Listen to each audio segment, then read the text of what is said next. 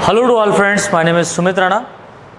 आज हम लोग डिस्कस करने वाले हैं बहुत ही महत्वपूर्ण टॉपिक्स पर जो आपके एग्ज़ाम के पॉइंट ऑफ व्यू से बहुत ही इम्पॉर्टेंट है। जैसा कि मैं जो लेक्चर अपलोड कर रहा हूँ, लाइक आपने बीएससी फर्स्ट ईयर का, तो बीएससी फर्स्ट ईयर में जो पहला पेपर हमारा बॉटनी का था, जूलॉजी का था, उसका जो पहला यूनिट था वो फिनिश हो चुका है। जूलॉजी का भी कंप्लीट हो चुका है और बॉटनी का भी कंप्लीट हो चुका है। जो लोग नए यूज़र्स हैं वो प्लेलिस्ट में जा करके इन जूलॉजी और बॉटनी के जो पहली यूनिट है वहाँ पर मैंने क्रिएट कर दिए हैं फोल्डर के लाइक फोल्डर फॉर्म में। आप वहाँ पर जा करके आप लाइन बाय लाइन हर एक टॉपिक को समझ सकते हैं। जिस तरीके से आपको नोट्स बनाने हैं, आप अपने नोट्स वहाँ पर बना सकते हैं। देखिए, बड़ा मुश्किल पड़ रहा है कि आपको पूरा सिलेबस यहाँ पर अवेलेबल कराना, तो उसके लिए मैंने क्या किया है कि जो पहला आपका चैप्टर है, लाइक मैं कह सकता हूँ पहला जो पेपर है, उस पेपर में जो इम्पॉर्टेंट्स नोट्स हैं, लाइक नोट्स कहने का मतलब है कि जो शॉर्ट नोट हैं, जो एग्ज़ाम के व्यू से बहुत इंपॉर्टेंट होते हैं, 2 नंबर का आता है और इसमें कई शॉर्ट नोट आते हैं जिसमें से आपको 5 या 6 क्वेश्चंस हल करने होते हैं। तो यहाँ पर देखिए मैंने 21 जो है शॉर्ट नोट को यहाँ पर इंक्लूड किया है, जिसमें 21 जो शॉर्ट नोट हैं ये आपके इनमें से डेफिनेटली 8 पूछे जाते हैं, 6, 7, 8 पूछे जाते हैं, 8 क्वेश्चंस आते हैं जिसमें से आपको 5 या 6 क्वेश्चन करने होते हैं। ठीक है बेटा, तो यहाँ पर जो 21 शॉर्ट नोट्स हैं, इनको अगर आप याद कर देते हैं तो मैं दावे के साथ कह सकता हूँ कि इनमें से आपको 100 में 110% कोई ना कोई क्वेश्चन फंसेगा। ठीक है, तो बहुत ही सिंपल तरीके से, सिंपल वे में लिखा रहा हूँ। आपको मालूम है कि यहाँ पर मैं समझा भी रहा हूँ, उसके साथ साथ मैं आपको थ्योरी भी दे रहा हूँ कि एग्ज़ाम में आपको किस तरीके से लिखना है, आप एग्ज़ाम में किस तरीके से लिख सकते हैं। चलिए, लेक्चर स्टार्ट करने से पहले मैं आपको ये बताना चाहता हूँ कि यदि आप पहली बार हमारे लेक्चर पे आए हैं, चैनल पर आए हैं, तो हमारे चैनल को सब्सक्राइब कीजिए, बेल आइकन को ज़रूर दबाइए, जिससे मैं कोई भी लेक्चर डालूंगा, अपलोड करूंगा, वो आप तक सबसे पहले पहुंचेगा और आप उसका लाभ उठा सकते हैं। दूसरी बात, आप लेक्चर को शेयर ज़रूर कीजिए बेटा अपने फ्रेंडों को, क्योंकि आपके साथ साथ उनका भी फ़ायदा होना बहुत ज़रूरी है और हो जाए यही अच्छी बात है। चलिए, दूसरी बात यह है कि जो बहुत सारे हमारे व्यूअर्स हैं, स्टूडेंट्स हैं, वो क्वेश्चन कर रहे हैं सर सिलेबस क्या होगा। पहला पॉइंट, तो सिलेबस बेटा मैं आपको बता दूं कि सिलेबस जो है वो अदर यूनिवर्सिटीज़, जो मोस्ट ऑफ यूनिवर्सिटीज़ हैं, मैंने पहले भी बताया है कि जो मोस्ट ऑफ यूनिवर्सिटीज़ हैं उनका सिलेबस सेम है, कुछ आगे पीछे हुआ है, लाइक वहाँ पर कोई दूसरा ऑर्गेनिज्म पढ़ाया जा रहा है, यहाँ पर दूसरा ऑर्गेनिज्म। मैं जो मतलब कहने का मतलब ये है कि बहुत सारे ऐसे टॉपिक हैं जो आपके यूनिवर्सिटी से मैच करते हैं। ठीक है, जो सेमेस्टर बाई सेमेस्टर एग्ज़ाम होते हैं, लाइक बहुत सारे, लखनऊ यूनिवर्सिटी है, लाइक मैं इस क्षेत्र में रहता हूँ, तो एलयू जो है वो सेमेस्टर बाई सेमेस्टर यहाँ पर बीएससी आपको करवाता है, 3 साल का कोर्स उनका भी रहता है, लेकिन सेमेस्टर बाई सेमेस्टर यहाँ पर आपको पढ़ना रहता है। तो वहाँ पर थोड़ा कन्फ्यूजन हो जाता है बच्चों को कि क्या करना है क्या नहीं करना है। लेकिन वहाँ पर भी आप अगर देखें तो ये सारे के सारे जो मैंने जूलॉजी में, बॉटनी में जो लेक्चर अपलोड किए हैं वो आपको वहाँ पर कहीं ना कहीं पर मिल जाएंगे। और जो मैंने सिलेबस अपलोड किया है उसको, और आप नेट पर जा करके, गूगल पर जा करके आप अपने यूनिवर्सिटी के सिलेबस को निकाल करके सेम टू सेम आप मतलब उसको जज कर सकते हैं, कौन सा मतलब मैच कर रहा है, कौन सा नहीं मैच कर रहा है। जो मैच कर रहा है आप उसको निकाल लीजिए और उसको यहाँ से पढ़ लीजिए, वो बदलने वाला नहीं। अब यार अमीबा है, पैरामीशियम है, प्रोटोजोआ है, ये प्रोटोजोआ फाइलम जो है उसमें जो ऑर्गेनिज्म पढ़ाया जा रहा है, लाइक मोनोसिस्टिस, पैरामीशियम मैंने पढ़ाया हुआ है, और यूग्लिना है, तो ये थोड़ी ना बदल जाएगा। यूग्लिना का नाम क्या चेंज हो जाएगा वहाँ पर? यूग्लिना न्यूट्रिशन दूसरे तरीके से करने लगेगा? नहीं, वो सारा का सारा सेम मेथड होता है, तो आप वहाँ पर समझ सकते हैं। ठीक है, तो अब हम लोग यहाँ पर स्टार्ट करते हैं कि जो शॉर्ट नोट आते हैं और किन किन शॉर्ट नोट्स को हम लोग को यहाँ पर डिस्कस करना है वो हम लोग देख लेते हैं। चलिए, तो यहाँ पर देखिए पहला जो शॉर्ट नोट हम लोगों को समझना है वो है ग्राम स्टेनिंग मेथड। कौन सा? ग्राम स्टेनिंग मेथड। यहाँ पर जो क्रिश्चियन ग्राम साहब हैं उन्होंने एक स्टेनिंग मेथड दिया जिसमें बैक्टीरिया को इन्होंने बताया कि कुछ बैक्टीरिया पॉजिटिविटी को बिलोंग करते हैं, कुछ बैक्टीरिया निगेटिविटी को बिलोंग करते हैं। दैट मीन्स 2 कैटेगरी में डिवाइड कर दिया, पॉजिटिव बैक्टीरिया, निगेटिव बैक्टीरिया। अब ये पॉजिटिव बैक्टीरिया क्या है, निगेटिव बैक्टीरिया क्या है, इसी को हम लोगों को यहाँ पर समझना है और वो मेथड अपन लोगों को देखना है। शॉर्ट में ही लिखा हुआ है। दूसरा है difference between virus and bacteria. Virus पूरा आपका पढ़ा हुआ है, बैक्टीरिया भी मैंने आपको जनरल कैरेक्टर्स वगैरह पढ़ा है, तो आप इन दोनों में जो अगर आपने अच्छे से पढ़ा है बेटा, तो मैं डेफिनेटली कह सकता हूँ कि आप दोनों को पढ़ करके आप उनसे इनका डिफरेंस निकाल सकते हैं। ठीक है ना, और 8 से 10 डिफरेंस अगर आप लिख देते हैं एग्जाम में तो बहुत है। चलिए, उसके बाद में आपका आता है एंटीबायोटिक्स। एंटीबायोटिक्स क्या होती हैं, ठीक है, इनका हमारे बॉडी में क्या रोल होता है वो अपन लोगों को समझना है। उसके बाद में मशरूम, ये एडिबल फंगस होता है। एडिबल फंगस कहने का मतलब खाने योग्य फंगस होता है। ठीक है, कौन सा फंगस होता है, क्या होता है, कौन सा खाने योग्य पोर्शन होता है इसका, मशरूम क्यों कहते हैं, ये सभी हम इसमें डिस्कस करेंगे। फिर एक प्रोसेस है fermentation. Fermentation, what is the meaning of fermentation? देखिए दो प्रोसेस रहता है, एक फ्रेगमेंटेशन होता है, एक फर्मेंटेशन होता है। दोनों में बड़ा कन्फ्यूजन होता है, कन्फ्यूजन नहीं पालना। देखिए फर्मेंटेशन की अगर हम बात करेंगे तो बात हो रही किण्वन, यानी कि जो ऑर्गेनिक मटेरियल है उसको माइक्रो ऑर्गेनिज्म के द्वारा सिंपल मॉलिक्यूल्स में क्या किया जा रहा है, तोड़ा जा रहा है। और वहीं पर अगर अपन लोग फ्रेगमेंटेशन की बात करें तो फ्रेगमेंटेशन जो है ये एक टाइप ऑफ, हम कह सकते हैं एसेक्सुअल मेथड रिप्रोडक्शन है, या हम कह सकते हैं टाइप्स ऑफ वेजिटेटिव प्रोपोगेशन है, क्योंकि फ्रेगमेंटेशन आपको मालूम है एनिमल में भी होता है, प्लांट्स में भी होता है। तो प्लांट्स में अगर हो रहा है तो वेजिटेटिव प्रोपोगेशन कह सकते हैं, मेथड कह सकते हैं। एनिमल में हो रहा है तो एसेक्सुअल मेथड कह सकते हैं। तो asexual method type fragmentation like आपका हाइड्रा है ना, हाइड्रा जो है इसमें इसके जो पोर्शन होता है, बॉडी होता है, वो फ्रेगमेंट के फॉर्म में टूट जाता है। प्रत्येक फ्रेगमेंट क्या करता है, एक नए हाइड्रा को क्या कर देता है, फॉर्म कर देता है। चलिए तो फर्मेंटेशन यहाँ पर देखना है, नॉट फ्रेगमेंटेशन। यहाँ पर फ्रेगमेंटेशन में क्या होगा कि जो ऑर्गेनिक मटेरियल होगा उसको तोड़ करके C2H5OH में चेंज किया जाता है, एथिल अल्कोहल में। चलिए उसके बाद में यहाँ पर difference between fungus and algae. Algae और फंगस में क्या डिफरेंस है वो हम लोग को यहाँ पर समझना है। फिर वहीं पर हमको देखना है पैरासाइट। पैरासाइट परजीवी क्या होते हैं, इस पर भी आपका शॉर्ट नोट आता है, ठीक है। ये मैं शॉर्ट नोट बता रहा हूँ आपको ये याद ही करना, ये मैं सारा आपको दूंगा। मतलब यहाँ पर अब डेफिनेटली जाहिर सी बात है कि ज़्यादा लेक्चर लॉन्ग हो जाएगा तो फिर आपको बोरिंग लगने लगेगा। तो 2-3 पार्ट में मैं क्या करूँगा, सारे लेक्चर्स को कंप्लीट कराऊँगा और आप ज़रूर देखिएगा। और ये पोर्शन, ये जितना भी मैं आपको पढ़ाऊँ इसको ज़रूर शेयर कीजिएगा, लाइक कीजिएगा और कमेंट भी ज़रूर कीजिएगा। चलिए इसके बाद में देखिए difference between gram positive and gram negative bacteria. यहाँ पर ग्राम स्टेनिंग मेथड देख रहे हैं, इसी में gram positive gram negative bacteria हम लोग को समझ में आ जाएगा। और इसी को पढ़ करके हम लोग gram positive gram negative bacteria का मेथड, या हम कह सकते हैं इसका जो डिफरेंस है वो लिख सकते हैं। कुछ पॉइंट बढ़ा दूंगा वहाँ पर, आपको याद करना है। फिर देखिए बैक्टीरियल जीनोम क्या होता है ना। बैक्टीरियल जीनोम जो है उसके बारे में भी बहुत सारा, कई बार शॉर्ट नोट के बारे में पूछा गया, आपका नीट के एग्जाम से भी बड़ा इंपॉर्टेंट है, बैक्टीरियल जीनोम से क्वेश्चन आता है। फिर वहीं पर प्लाज्मिड, प्लाज्मिड क्या होते हैं इसके बारे में समझना है। फिर difference between bacteria and fungi, bacteria और फंगी में भी क्या होता है, शॉर्ट नोट में आपका क्वेश्चन आ सकता है। फिर देखिए इम्परफेक्ट फंगी, इंपॉर्टेंट है इस साल के लिए। इम्परफेक्ट फंगी, ऐसे फंगी जो इम्परफेक्ट नहीं है, मतलब फंगी दो टाइप के हो गए, एक परफेक्टली एक इम्परफेक्टली। हाँ देखिए परफेक्ट फंगी कहने का मतलब क्या होता है, यहाँ थोड़ा समझ लिए। परफेक्ट फंगी कहने का मतलब होता है कि ऐसे फंगस जिनके अंदर सेक्सुअल रिप्रोडक्शन पाया जाए, ठीक है ना, जिनके अंदर क्या पाया जाए, सेक्सुअल रिप्रोडक्शन पाया जाए। अगर सेक्सुअल रिप्रोडक्शन पाया जाता है तो उसको हम लोग बोलते हैं परफेक्ट फंगी। क्या बोलते हैं, परफेक्ट फंगस या फंगी। इम्परफेक्ट, हाँ सर आप सही सोच रहे हो। इम्परफेक्ट फंगस कहने का मतलब क्या हुआ, जिनमें सेक्सुअल रिप्रोडक्शन एब्सेंट हो। वेरी गुड, जिसमें सेक्सुअल रिप्रोडक्शन एब्सेंट होता है उन्हीं को हम लोग बोलते हैं क्या, इम्परफेक्ट फंगी। बहुत सारे एग्जाम्पल है, यहाँ पर लिखा दूंगा। फिर देखिए एक एस्कोबोलस फंगस है, इसके बारे में भी समझना है। एस्कोबोलस पे शॉर्ट नोट आता है आपका। फिर वहीं पर फ्यूजेरियम, ये भी एक टाइप का फंगस है, इसका भी शॉर्ट नोट आता है। पॉलीपोरस, ये भी एक टाइप का फंगस है, इस पर भी शॉर्ट नोट आता है। अस्टिलागो, ये भी एक टाइप का फंगस है जिस पे आपका शॉर्ट नोट आता है। स्मट डिजीज, ये इंपॉर्टेंट है इस साल के लिए। स्मट डिजीज, जो स्मट डिजीज है वो दो टाइप की होती है, आपको मालूम होना चाहिए। एक होता है क्लोज स्मट, दूसरा होता है दैट मीन्स कवर्ड स्मट, और दूसरा होता है कौन सा, ओपन स्मट, ठीक है ना, खुला हुआ।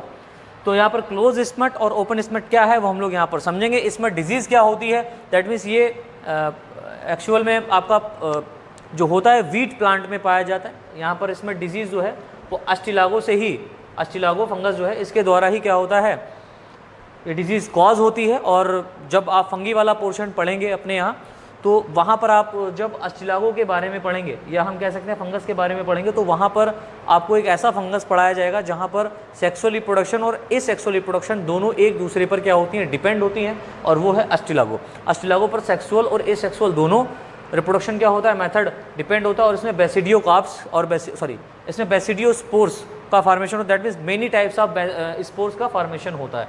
तो फिलहाल यहाँ पर मुझे स्मट डिजीज़ समझना है, तो स्मट डिजीज़ के बारे में हम लोग देखेंगे शॉर्ट नोट में, अस्टिलागो के बारे में समझेंगे।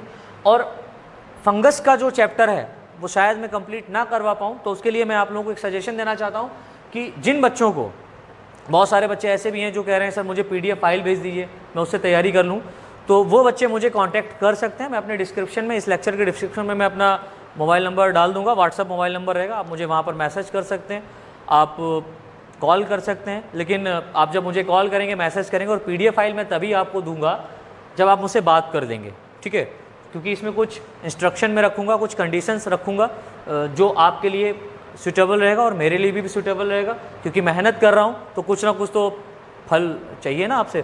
तो चलिए फिलहाल आते हैं यहाँ पर। तो इसमें डिजीज़ देखना है, इसमें डिजीज़ के बाद में आपको देखना है method of sterilisation.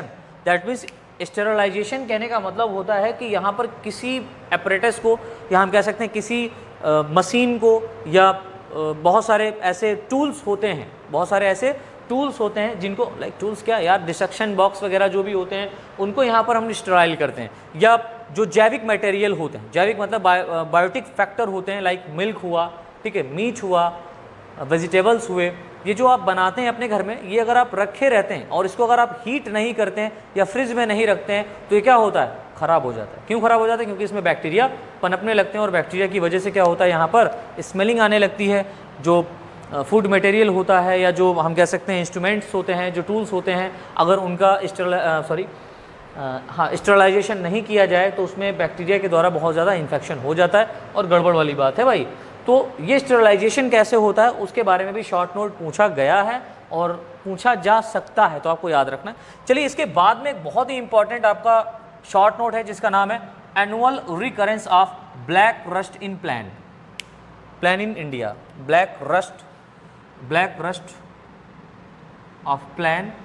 Rust of plan in India. India में अपन लोगों को, इंडिया में जो ब्लैक रस्ट डिजीज़ हो रही है वो किसके द्वारा हो रही है, और वो अगर हो रही है तो यहाँ पर इंडिया में कैसे हो रही है, उसके बारे में यहाँ पर हमको समझना है, चर्चा करना है। तो इसी को हम लोगों ने बोला एनुअल माने होता सालाना, मतलब हर साल जनवरी से लेकर के मार्च के महीने में, जनवरी टू मार्च के महीने में आप देखेंगे कि जो व्हीट प्लांट होता है, जो गेहूं की फसल होती है, उस फसल में ब्लैक स्टेम रस्ट, या हम कह सकते हैं ब्लैक रस्ट ऑफ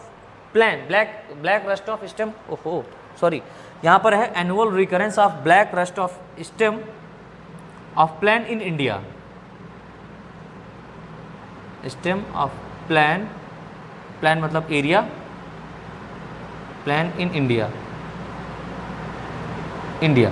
तो ये शॉर्ट नोट हम लोगों को देखना है, annual recurrence of black rust of stem of plan in India. यानी कि जो प्लान्स है, जो लैंड्स है हमारे यहाँ पर, वहाँ पर जनवरी से लेकर के मार्च तक जो क्रॉप उगाई जाती है, क्रॉप को ग्रो कराया जाता है, लाइक हम व्हीट की बात कर रहे हैं, गेहूं की बात कर रहे हैं, तो उसमें ब्लैक स्टेम रस्ट हो जाता है किसी किसी फसल में। और ये ब्लैक स्टेम रस्ट काफ़ी घातक डिजीज़ है, और ये जो है पूरा का पूरा जो लैंड है, लाइक क्रॉप का जो लैंड है, वो सारा का सारा नष्ट कर देता है, और क्रॉप हमारी फसल ख़राब करता है। तो इंडिया में फ़िलहाल इसका इफेक्ट नहीं पाया जाता है, लेकिन प्रोफेसर केसी मेहता इसी के लेवल पर इन्होंने काम किया है, और भी बहुत सारा इन्होंने फंक्शन अटेंड किया है, बहुत सारे वर्क किए जिस पे हमको समझना है। तो एनुअल रिकरेंस के बाद में आपका एक शॉर्ट नोट और आता है, प्रोफेसर केसी मेहता। तो प्रोफेसर केसी मेहता, करमचंद मेहता जी जो है वो बहुत ही इंपॉर्टेंट प्रोफेसर हैं, इनके ऊपर कई बार शॉर्ट नोट आया है, हो सकता है इस बार भी आए। तो आपको याद कर लेना, याद क्या कर लेना, मैं जो भी समझाऊंगा वो आपको एकदम से ही समझ में आ जाएगा, ठीक है। सिर्फ आपको लिखना है और उसके बारे में समझना है। आप सिर्फ समझ लीजिएगा ना और अपनी थ्योरी में लिखेंगे बेटा, तो भी आपको एग्जामिनर नंबर देगा, उसकी हिम्मत नहीं है कि वो आपका नंबर काट ले, ठीक है। चलिए, उसके बाद में एक पोर्शन आता है हाइपरट्रॉफी। इस पे भी कई बार क्वेश्चन पूछा गया, हाइपरट्रॉफी।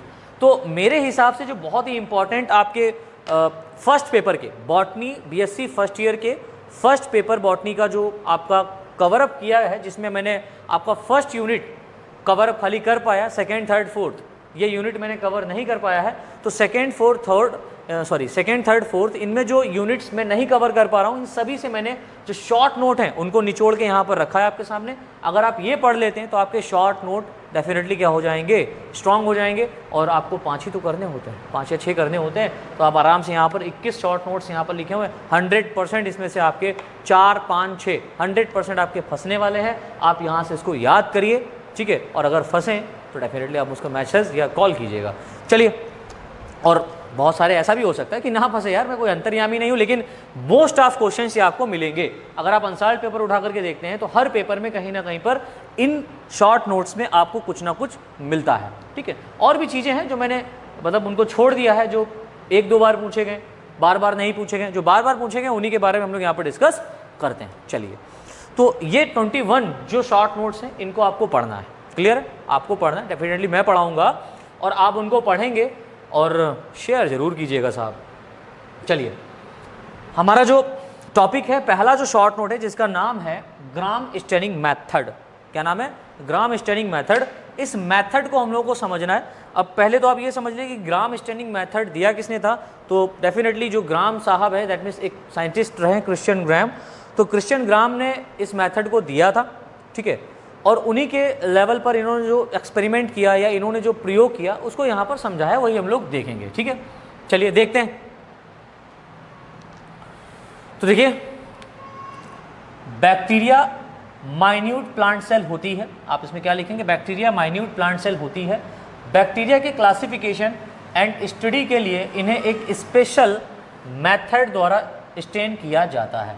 यानी कि हम बैक्टीरिया का क्लासिफिकेशन ईजिली कर पाएँ और बैक्टीरिया का हम लोग क्या कर पाएँ, स्टेन मेथड द्वारा हम बैक्टीरिया का क्लासिफिकेशन और यहाँ पर जो इसका स्टडी है उसको इजीली तरीके से कर पाएँ, उसके लिए यहाँ पर स्टेनिंग मेथड दिया था क्रिश्चियन ग्राम ने। नई लाइन से लिखिए, बैक्टीरिया को स्टेन करने की डिफरेंट मेथड को डेवलप किया गया है। बहुत सारे मेथड यहाँ पर डेवलप किए गए हैं ग्राम स्टेनिंग मेथड में, जिसमें से क्रिश्चियन ग्राम स्टेनिंग मेथड अत्यधिक रूप से डेवलप मेथड माना जाता है। ठीक है, यानी कि क्रिश्चियन ग्राम जो मेथड है वो बहुत ही अच्छा मेथड माना जाता है, डेवलप मेथड माना जाता है। तो जाहिर सी बात है हम इसी के बारे में चर्चा करें। क्यों उनके बारे में चर्चा करें जो डेवलप नहीं है? हालांकि नॉलेज तो होना चाहिए, लेकिन फिर भी आपको यहाँ पर शॉर्ट आंसर पढ़ना है तो लिखने का दरकार नहीं है। चलिए फिर इसके आगे देखें, नई लाइन से लिखिएगा, ग्राम स्टेनिंग मेथड में बैक्टीरियल सेल को स्टेन करने के लिए crystal violet solution and iodine solution का यूज़ किया जाता है। क्या किया जाता है? ग्राम स्टेनिंग मेथड में बैक्टीरियल सेल को स्टेन करने के लिए क्रिस्टल वायलेट सॉल्यूशन, यानी कि जो क्रिस्टल वायलेट सॉल्यूशन है उसको, और इन iodine solution, crystal violet solution and iodine solution का यूज़ किया जाता है। नई लाइन से देखें, इस मेथड में बैक्टीरियल सेल को फॉलोइंग स्टेप्स में स्टेन किया जाता है। यानी कि जो मेथड है इसमें बैक्टीरिया कौन कौन से स्टेप्स हैं उसके बारे में समझना है। तो पहला स्टेप यहाँ पर समझिए, लिखा हुआ है, इस मेथड में सबसे पहले स्लाइड पर बैक्टीरियल सेल को ग्रो कराया जाता है। दैट मीन्स हम इस मेथड में क्या करेंगे, एक स्लाइड लेंगे, उस स्लाइड के ऊपर बैक्टीरियल सेल, यानी कि एक बैक्टीरियल सेल है उसको हम ग्रो कराएंगे। ग्रो कैसे कराएंगे सर? उसको ज़बरदस्ती पीटेंगे क्या?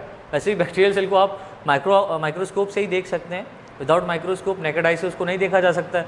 तो ग्रो कैसे कराएंगे? तो ग्रो कराने के लिए क्या होगा कि बैक्टीरियल सेल को हम एक स्लाइड के ऊपर रखेंगे और इसको एक्सटर्नली हम क्या करेंगे, वो सारा का सारा मटेरियल प्रोवाइड कराएंगे जो इसके लिए यूज़फुल है, और ये उस मटेरियल को यूज़ करके क्या करेगा, अपने नंबर को इंक्रीज़ कराएगा। ठीक है, यही तो ग्रोथिंग होती है बैक्टीरिया का, अपने नंबर को ग्रो कराएगा, जिससे बैक्टीरियल कल्चर कहते हैं। क्या कहते हैं? बैक्टीरियल कल्चर कहते हैं। पहला पॉइंट। दूसरे पॉइंट आप समझिए, इन बैक्टीरियल सेल को क्रिस्टल वायलेट सॉल्यूशन की हेल्प से या सहायता से स्टेन किया जाता है तथा इस स्टेज में माइक्रोस्कोप द्वारा देखने पर सभी bacterial cell dark blue colour के दिखाई देते हैं। यानी कि जब हम क्रिस्टल वायलेट सॉल्यूशन का यूज़ करेंगे इस बैक्टीरियल सेल में, तो वो सारे के सारे bacterial cell dark blue colour कैसे हो जाते हैं? Bacterial cell dark blue colour के हो जाते हैं।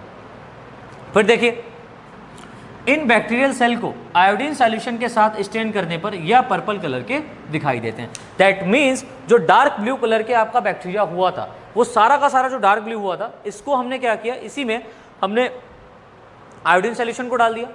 जब हमने आयोडीन सॉल्यूशन को डाला तो देखा कि कुछ ऐसे बैक्टीरिया थे जो पर्पल कलर को क्या कर लेते हैं, अपने अंदर स्टेन करा लेते हैं। स्टेन कहने का मतलब होता है रंग, स्टेन कहने का मतलब होता है रंगना।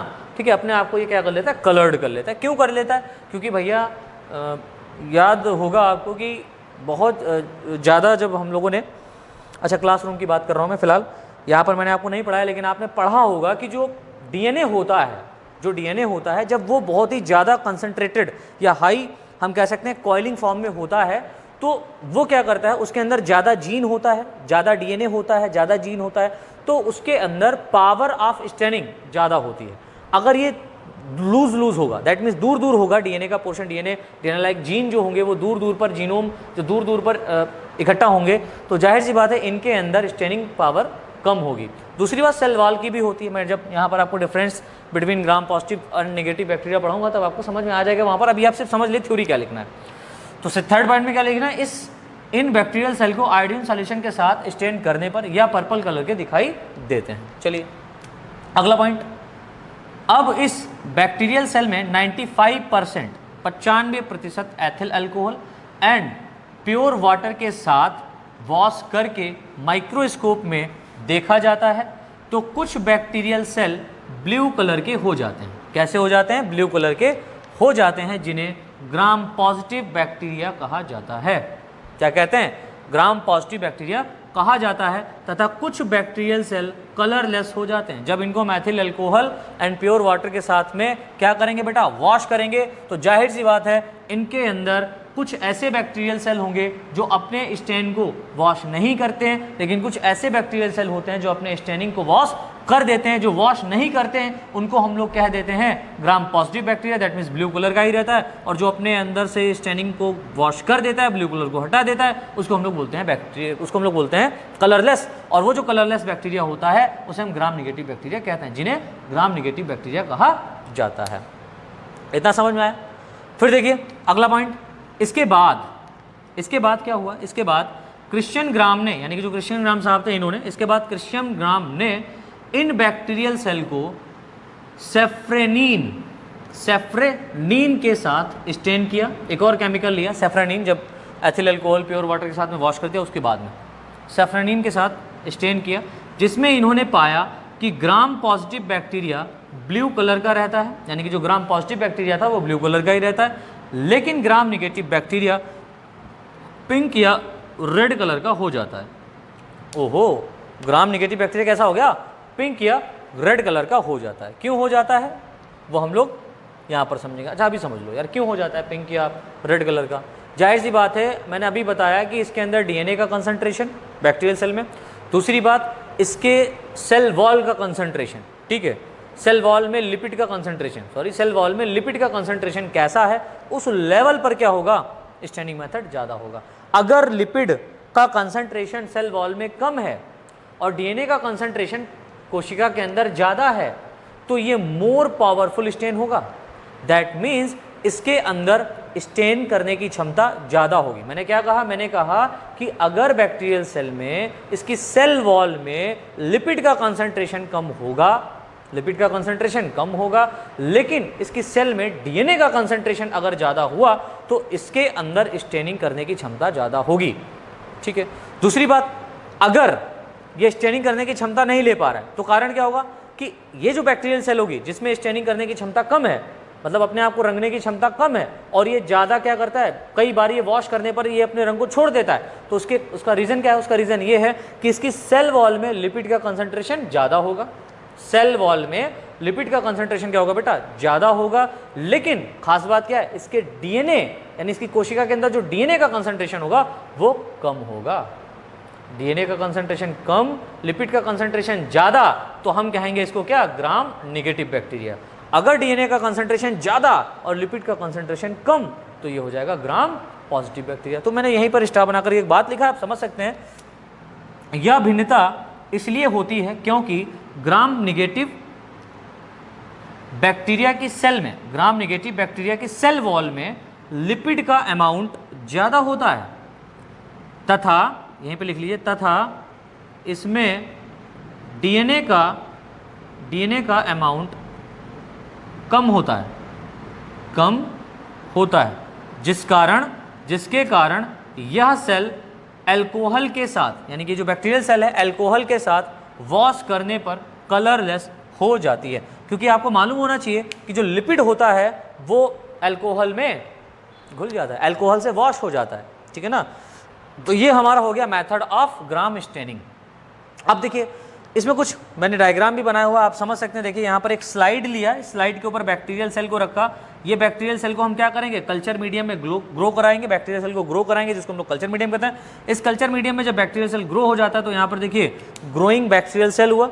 जैसे ही बैक्टीरियल सेल ग्रो कर जाती हैं, वैसे ही क्या होगा, यहाँ पर crystal violet plus iodine solution को हम यहाँ पर डालेंगे, जिसमें हम देखेंगे कि dark blue colour and purple colour के कुछ बैक्टीरिया यहाँ पर दिखाई देने लगते हैं। तो मान लो जो पर्पल कलर है उसको मैं ब्लैक हेडिंग से कवर अप करे दे रहा हूँ, उसको कवर अप करे दे रहा हूँ। तो यहाँ पर कुछ पर्पल कलर का हो गया, कुछ डार्क ब्लू कलर का हो गया। जब ये डार्क ब्लू और पर्पल कलर का हो जाता है, फिर साहब ने क्या किया, ग्राम स्टेनिंग साहब ने क्या किया कि यहाँ पर इसको ethyl alcohol plus pure water के साथ में वॉश कर दिया अबाउट 10 to 30 सेकेंड, 10 से 30 सेकेंड तक इन्होंने क्या किया, इसको वॉश किया। तो वॉश करने पर इन्होंने माइक्रोस्कोप में जब अगेन देखा तो इन्होंने देखा कि कुछ बैक्टीरियल सेल ऐसे थे जो डार्क ब्लू कलर के थे और कुछ बैक्टीरियल सेल ऐसे थे जो कलरलेस थे। जो डार्क ब्लू कलर के थे बेटा वो ग्राम पॉजिटिव बैक्टीरिया नाम दिया इन्होंने, और जो कलरलेस थे वो ग्राम निगेटिव बैक्टीरिया नाम दिया। अच्छा, यहीं पर इन्होंने अपने काम को नहीं रोका, बल्कि इनको समझना था कि जो ग्राम निगेटिव बैक्टीरिया है क्या ये अगेन अपने अंदर स्टेनिंग पावर लाएगा। तो इन्होंने क्या किया, एक केमिकल लिया जिसका नाम था सेफ्रेनिन। ये सेफ्रेनिन केमिकल के साथ इन्होंने इसको अगेन स्टेन किया। तो इन्होंने देखा, क्या देखा कि जो डार्क ब्लू कलर का बैक्टीरिया था वो डार्क ब्लू कलर का ही रहा। इन्होंने क्या देखा कि जो डार्क ब्लू कलर का बैक्टीरिया था वो डार्क ब्लू कलर का ही रहा, लेकिन वहीं पर जो कलरलेस बैक्टीरिया था वो पिंक या रेड कलर का हो गया। समझ में आया? तो ये हमारा था ग्राम स्टेनिंग मेथड। तो इस तरीके से आशा करते हैं कि आपको ये ग्राम स्टेनिंग मेथड समझ में आया होगा। अभी 21 आपके शॉर्ट नोट हैं, मैं हर शॉर्ट नोट को ईजिली आपको समझाते रहूँगा। अभी के लिए इतना ही, और